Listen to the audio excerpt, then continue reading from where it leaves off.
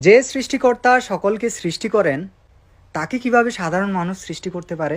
ভগবানকে কেউ সৃষ্টি করতে পারে না। তিনি সৃষ্টি ও প্রলয়ের অতীত।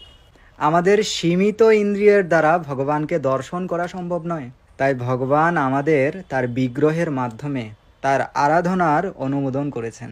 আচ্ছা দেখুন, যখন প্রবাসী সন্তান পিতামাতার ছবি বা প্রতিকৃতির মাধ্যমে তাদের স্মরণ করে, সেক্ষেত্রে পিতামাতার প্রতিকৃতি সৃষ্টি বলতে নিশ্চয়ই পিতামাতাকে সৃষ্টি করা বোঝায় না।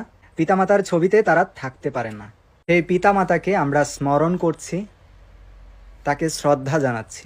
তাই আমরা ভগবানকে সৃষ্টি করি না, বরং ভগবান তার সর্বশক্তিমত্তার দ্বারা সেই বিগ্রহে অধিষ্ঠিত হন। যদি ভগবান সর্বশক্তিমান হয়, তাহলে তিনি কেন তার সর্বশক্তিমত্তার দ্বারা বিগ্রহের মধ্যে তিনি অধিষ্ঠিত হতে পারবেন না?